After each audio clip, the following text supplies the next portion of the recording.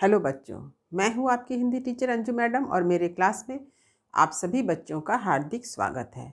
बच्चों, हम लोग हिंदी साहित्य के भक्ति काल के एक प्रमुख सूफी कवि मलिक मोहम्मद जायसी द्वारा रचित पद्मावत महाकाव्य से नागमती वियोग खंड को पढ़ रहे हैं। नागमती वियोग खंड में जो पद दिए गए हैं उनमें से अधिकांशतः पदों की व्याख्या मैंने करवा दी है और उन सभी पदों से संबंधित वीडियो का लिंक आपके डिस्क्रिप्शन बॉक्स में दे दिया गया है। तो आपसे यह मेरा कहना है कि जिन बच्चों ने पद संख्या 13 तक का वीडियो अभी तक नहीं देखा है, वे डिस्क्रिप्शन बॉक्स में जाकर लिंक को क्लिक करके पूरे वीडियो को देख सकते हैं, अर्थ को समझ सकते हैं।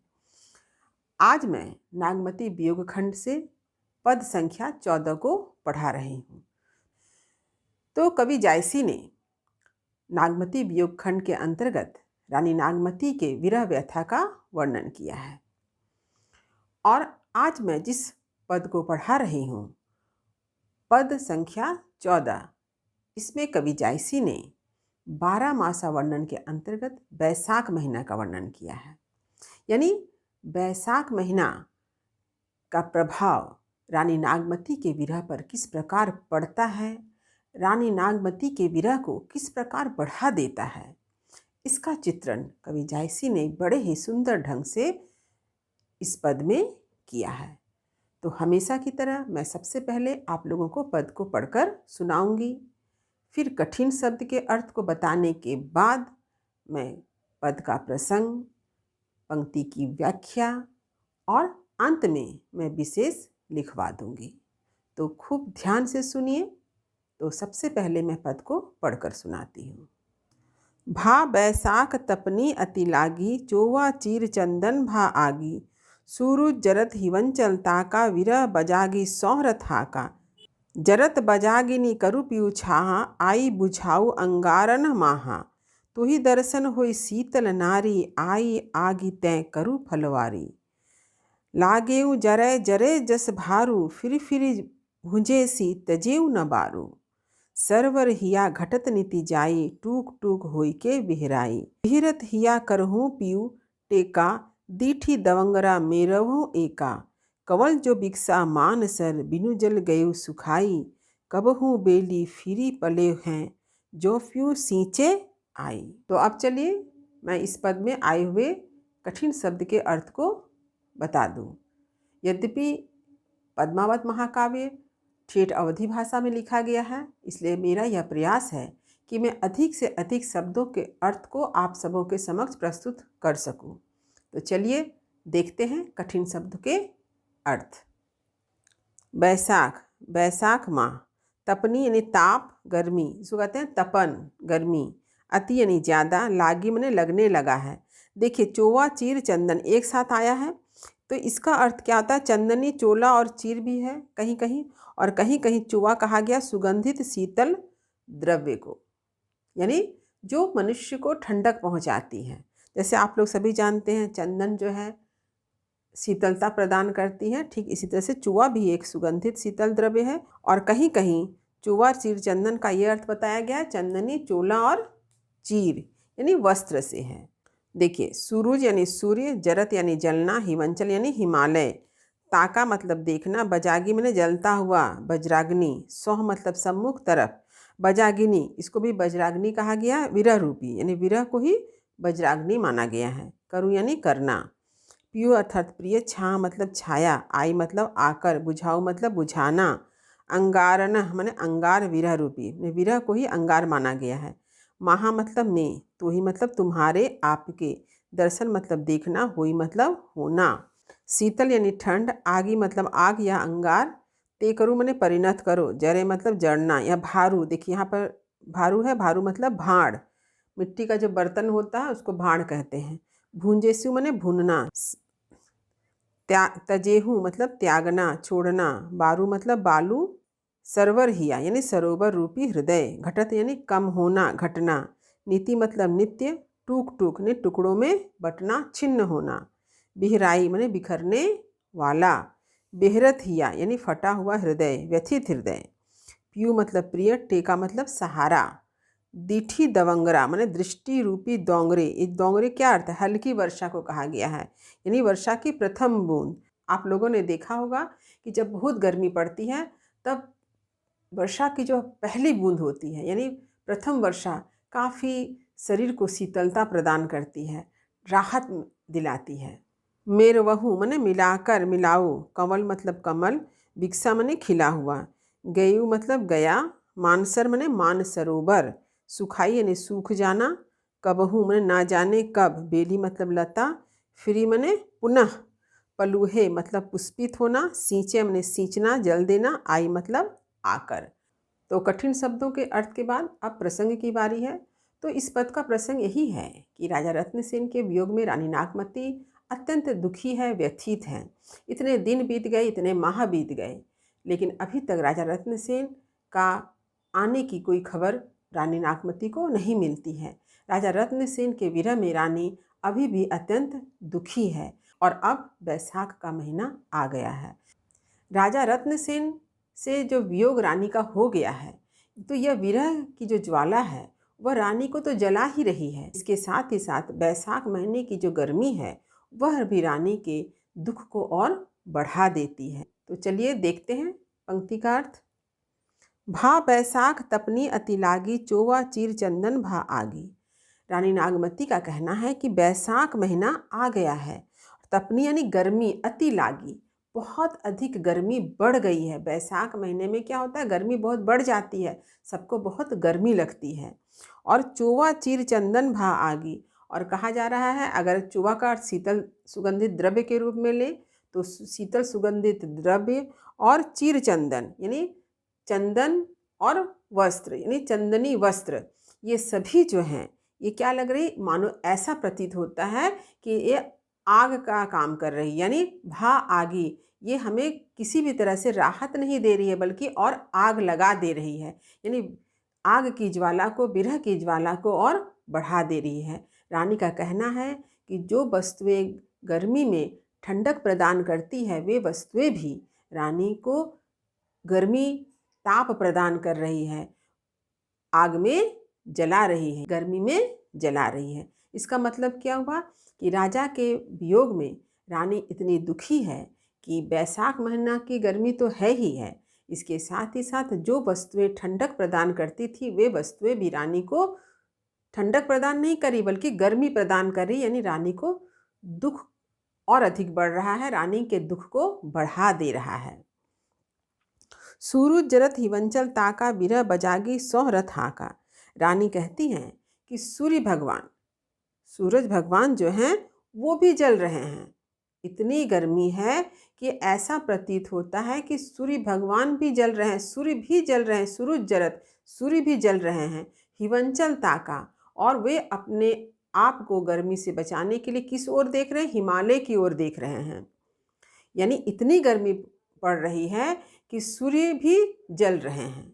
सूर्य तो खुद ही आग है लेकिन वह भी जल रहा है, और वो क्या कर रहा है, गर्म से बचने के लिए, ठंडक पाने के लिए हिमालय की ओर देख रहा है। बिरह बजागी सोहरत हाका, और ऐसा लगता है रानी को कि बिरह जो है, जलता हुआ रथ जो है रानी की तरफ जो है हाँक दिया है। तो यहाँ पर यह भी अर्थ है कि सूर्य को जाना है कहाँ, हिमालय की तरफ, लेकिन उसने क्या किया है, अपना रथ किसके तरफ हाँक दिया, रानी की तरफ। यानी रानी जो है अत्यधिक तपन से, अत्यधिक गर्मी से और जलने लगी है, यानी विरह जो है अधिक बढ़ गया है। यहाँ सूर्य की गर्मी से तात्पर्य तो गर्मी का है ही, लेकिन एक दूसरा अर्थ यह भी है कि रानी का विरह जो है और अधिक बढ़ गया है। जरत बजाग्नि करु पियु छाहा, आई बुझाऊ अंगारन माहा। रानी नागमती का कहना है कि जरत बजाग्नि, रानी जो है विरह रूपी वज्राग्नि में जल रही है। तो विरह क्या है, वज्राग्नि के समान है। तो करु पियु छाहा, तो वह अपने पियु मतलब प्रिय राजा रत्नसेन से कहती है कि आप छाया कीजिए, मेरे ऊपर छाया कीजिए। तो राजा रत्नसेन कैसे छाया करेंगे, यानी राजा रत्नसेन से वह कहती है कि आप आ कर के मुझे छाया प्रदान करें और मुझे जलने से बचाएं। आई बुझाऊ अंगारन माहा, और वो राजा रत्न सेन से कहती हैं कि आप आ करके बुझाइए, बुझाओ मतलब बुझाइए क्या, अंगारन माने अंगार को, आग को, जो कि रानी नागमती के हृदय में लग गई है। रानी नागमती जिस विरह के आग में जल रही है, उस आग को राजा रत्नसेन ही आकर के बुझा सकते हैं। पुनः रानी नागमती क्या कहती है, देखिए, तो ही दर्शन हुई शीतल नारी, आई आगिते करू फलवारी। अब देखिए, रानी नागमती कहती तो ही दर्शन, यानी आपके दर्शन मात्र से, आपको देखने से, होई माने होना, शीतल नारी, यानी नारी मतलब रानी नागमती क्या होगी, शीतल हो जाएगी, यानी उन्हें ठंडक मिलेगा, उनको राहत मिलेगी। यहाँ शीतल का अर्थ है राहत मिलना, हृदय को ठंडकता प्रदान करना। तो राजा रत्नसेन जब आएंगे तभी जो है रानी नागमती को क्या मिलेगा, शीतलता की प्राप्ति होगी, राहत मिलेगी। आई आगिते करू फलवारी, और जो आग में रानी नागमती जल रही हैं, उस जलती हुई रानी नागमती को किस में परिणत कर देंगे, फलवारी, यानी यहाँ पर फलवारी का अर्थ है फुलवारी से, बगीचे से, कि रानी नागमती को जो विरह में जल रही हैं उसे राजा रत्नसेन किस में परिणत कर देंगे, फुलवारी में परिणत कर देंगे, यानी दुख किस में बदल जाएगा, प्रसन्नता में परिणत हो जाएगा। तो रानी नागमती राजा रत्नसेन से इसी बात का निवेदन करती है कि आप आइए और आकर के मुझे इस विरह रूपी आग में जलने से बचाइए, जिसमें वो जल रही हैं और उनका जीवन जो है बड़ा ही कष्ट में व्यतीत हो रहा है, क्योंकि यह विरह किस रूप में है, वज्राग्नि के रूप में है, जो रानी को अत्यधिक कष्ट दे रहा है, अत्यधिक पीड़ा दे रहा है। इसलिए रानी नागमती राजा रत्नसेन से कहती हैं कि आप शीघ्र अतिशीघ्र आइए और आ करके मुझे विरह के आग में जलने से बचाइए और मुझे प्रसन्नता प्रदान कीजिए, मुझे शीतलता प्रदान कीजिए। लागेव जरे जरे जस भारू, फिरी फिरी बुझेसु तजेव न भारू। अब देखिए, यहाँ रानी नागमती अपनी तुलना किससे कर रही है, रानी नागमती अपनी तुलना कर रही है एक मिट्टी के बर्तन यानी भाड़ में जो दाना को भूना जाता है, उस भुने हुए दाने से अपनी तुलना करती है और कहती क्या, लागे जरे, माने जैसे कि जल रहा है कोई, क्या, कौन जल रहा है, दाना जल रहा है। जैसे कि मिट्टी के बर्तन में किसी दाना को भूना जाता है, ठीक वैसे ही रानी नागमती भी विरह के आग में क्या है, जल रही है, मानो उसे भी कोई भून रहा है, विरह के आग में उसे भूना जा रहा है। फिरी फिरी भूंजे सी तजेव न बारी। लेकिन आप लोगों ने भी देखा होगा कि जब किसी दाना को, यानी चना हो, मटर हो, मकई हो, किसी भी दाने को जब मिट्टी के भाड़ में बालू रख कर उसको भुना जाता है, तो आप लोगों ने ध्यान दिया होगा, अगर आप लोगों ने देखा है तो आप ज़रूर इस बात को देखे होंगे कि वो दाना जो है वहाँ पर भुने जाने पर भी वो क्या करता है, बार बार वहीं पर गिरता है, उसी बालू पर उड़ता है, उड़कर वहीं नीचे उसी बालू पे गिरता है, वो बर्तन से बाहर नहीं जाता है, वो बालू में ही रहता है। तो वही रानी नागमती का कहना है कि रानी नागमती की स्थिति भी उसी दाने के समान है, जिसे बालू में भूना जा रहा है, मिट्टी के बर्तन में भूना जा रहा है। वह बार बार उसे विरह के आग में जलने पर भी वह विरह के आग से बाहर नहीं जाती है, अर्थात राजा रत्नसेन को छोड़ती नहीं है, राजा रत्नसेन की याद को अपने हृदय से मिटाती नहीं है, बल्कि जिस प्रकार जो दाना होता है वह बालू का परित्याग नहीं करता है। देखिए, तजेव न बारू, यानी वह जो दाना होता है वह बारू यानी बालू को नहीं तजता है, नहीं त्यागता है। ठीक उसी तरह से रानी नागमती भी विरह के आग में जलने पर भी राजा रत्नसेन को किसी भी हालत में भूलना नहीं चाहती है, किसी भी हालत में त्यागना नहीं चाहती है, यानी वो राजा रत्नसेन के इंतजार में ही अपना जीवन बिताना चाहती है। सरबर हिया घटत नीति जाई, टूक टूक हुई के बिहराई। यहाँ पर रानी नागमती ने अपने हृदय को किसके समान बताया है, सरोवर के समान बताया है। देखिए, सरवर हिया, इसलिए यहाँ पर रूपक अलंकार है, क्योंकि हृदय को क्या माना गया है, सरोवर माना गया है। तो जिस प्रकार सरोवर यानी सरोवर घटत नीति जाई, यानी आप लोगों ने देखा हो कि जब गर्मी पड़ती है तो सरोवर का जल जो है धीरे धीरे सूखता जाता है, कम हो जाता है। ठीक उसी तरह से रानी का जो हृदय रूपी सरोवर है वो भी क्या हो रहा है, सूख रहा है। विरह के आग में रानी का हृदय जो है धीरे धीरे सूख रहा है।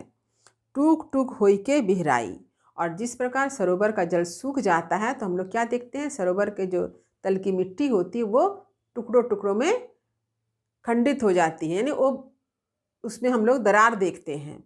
तो ठीक उसी तरह से रानी का हृदय भी क्या हो गया है, टुकड़ों में बट जा रहा है। रानी का हृदय भी विरह से व्यथित होकर खंड खंड हो जा रहा है, फट जा रहा है। बिहरत हिया करहूँ पियु टेका, दीठी दवंगरा मेरहूँ एका।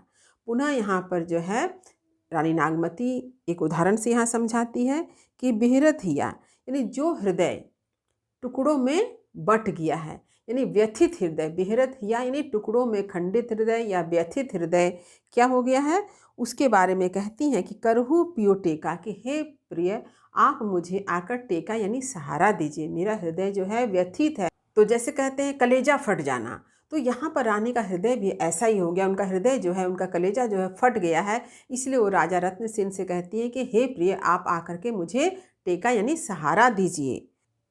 पुनः रानी क्या कहती है, देखिए, दीठी दवंगरा मेरहूँ एका, यानी जिस प्रकार आप लोगों ने देखा होगा कि सरोवर की जो तलहटी होती है, यानी नीचे का जो मिट्टी जो है जिसमें दरार पड़ जाती है जल के सूखने से, वह दरार कब समाप्त होती है, जब उसमें वर्षा की बूंद पड़ती है।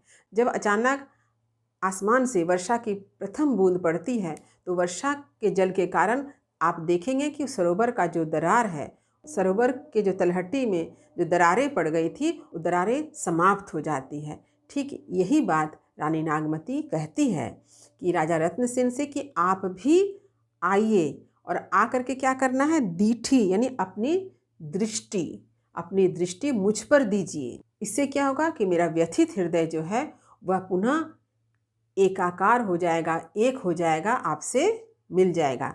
तो यहाँ क्या है, दीठी दवंगरा मेरहूँ एका, यानी दृष्टि रूपी दवंगरा। तो दीठी दवंगरा में भी रूपक अलंकार है। तो जिस तरह से दवंगरा यानी दोंगरा कहते हैं जिसे, या प्रथम वर्षा की बूंद कहें या हल्की वर्षा कहें, ये जो क्या करता है, सरोवर के तलहटी में जो मिट्टी की जो दरारें पड़ जाती है उसे मिलाकर एक कर देता है। उसी प्रकार राजा की जो दृष्टि है, राजा का जो दृष्टि में जो प्रेम है, वह रानी के व्यथित हृदय को क्या करेगा, पुनः हर्षोल्लास से भर देगा, उसे आनंद प्रदान करेगा। यहाँ पर देखिए दवंगरा शब्द जो है ये एक देशज भाषा का शब्द है जिसका जायसी ने बड़ा ही सार्थक प्रयोग यहाँ पर किया है। तो यहाँ पर कवि जायसी ने रानी नागमती के विरह को बताने के लिए रूपक अलंकार का सहारा लिया है। तो फिर एक बार देख लीजिए, सरवर हिया घटत नीति जाई, टूक टूक हुई के बिहराई, यानी सरोवर रूपी हृदय जो है उसका जल दिन प्रतिदिन घटता जा रहा है, टूक टूक हुई के बहराई, और यह टुकड़ों में दिन प्रतिदिन क्या हो रहा है, बिखर रहा है। बिहरत हिया करहूँ पियु टेका, दीठी दमंगरा मेरहूँ एका। तो राजा रत्नसेन से रानी नागमती कहती हैं कि आप आकर के मेरे व्यथित हृदय को सहारा दीजिए। तो सहारा कैसे देंगे, दीठी दमंगरा मेरहूँ एका, जैसे दोंगरा यानी हल्की वर्षा या वर्षा की प्रथम बूंद मिट्टी की दरारों को क्या करती है, भर देती है, उसे मिलाकर एक कर देती है। ठीक उसी प्रकार आपकी प्रेमपूर्ण दृष्टि भी मेरे हृदय की व्यथा को दूर करके आपसे एकाकार कर देंगी। कंवल जो बिकसा मान सर, बिनु जल गयु सुखाई। रानी नागमती कहती है कि कंवल जो खिला था कहाँ, मान सरोवर में। यहाँ कमल का उदाहरण देती है कि जो कमल मान सरोवर में खिला था, बिनु जल गयु सुखाई, वह जल के बिना क्या हो गया, सूख गया है। तो ये कमल क्या है, रानी का हृदय है। रानी का हृदय राजा के प्रेम के अभाव में क्या है, सूख जा रहा है, सूख गया है। कबहू बेली फिरे पलू हैं, जो पियु सींचे आई।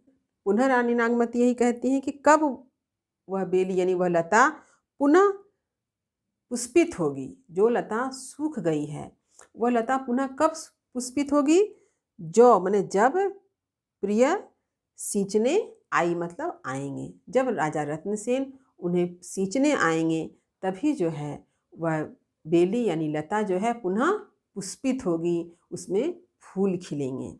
तो यहाँ पर कमल के उदाहरण से रानी नागमती अपने हृदय की व्यथा को बता रही है। तो यहाँ पर रानी अपनी हृदय की व्यथा को बताने के लिए क्या कहती है कि उनका हृदय रूपी कमल जो है वो राजा के प्रेम के अभाव में सूख गया है, और जब राजा आ करके पुनः अपना प्रेम प्रदान करेंगे तो उनका हृदय कमल जो है पुनः खिल जाएगा।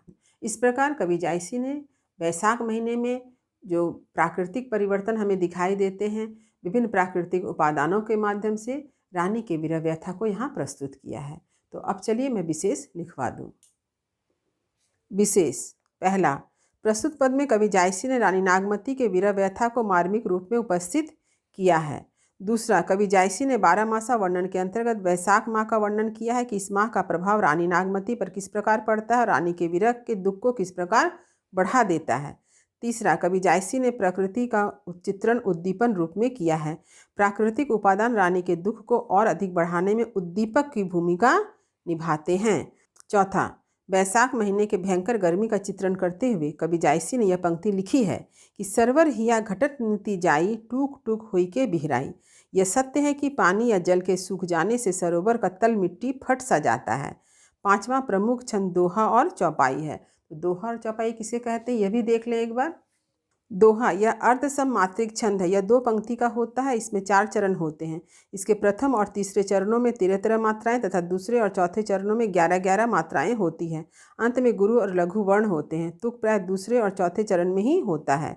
चौपाई यह मात्रिक समछंद है। इसमें 4 चरण होते हैं। प्रत्येक चरण में 16-16 मात्राएं होती हैं तथा अंत में गुरु होता है। 6, प्रस्तुत पद में निम्न अलंकार का प्रयोग मिलता है। पहला, अनुप्रास अलंकार। चौवा चीर चंदन में च वर्ण की आवृत्ति से अनुप्रास अलंकार है।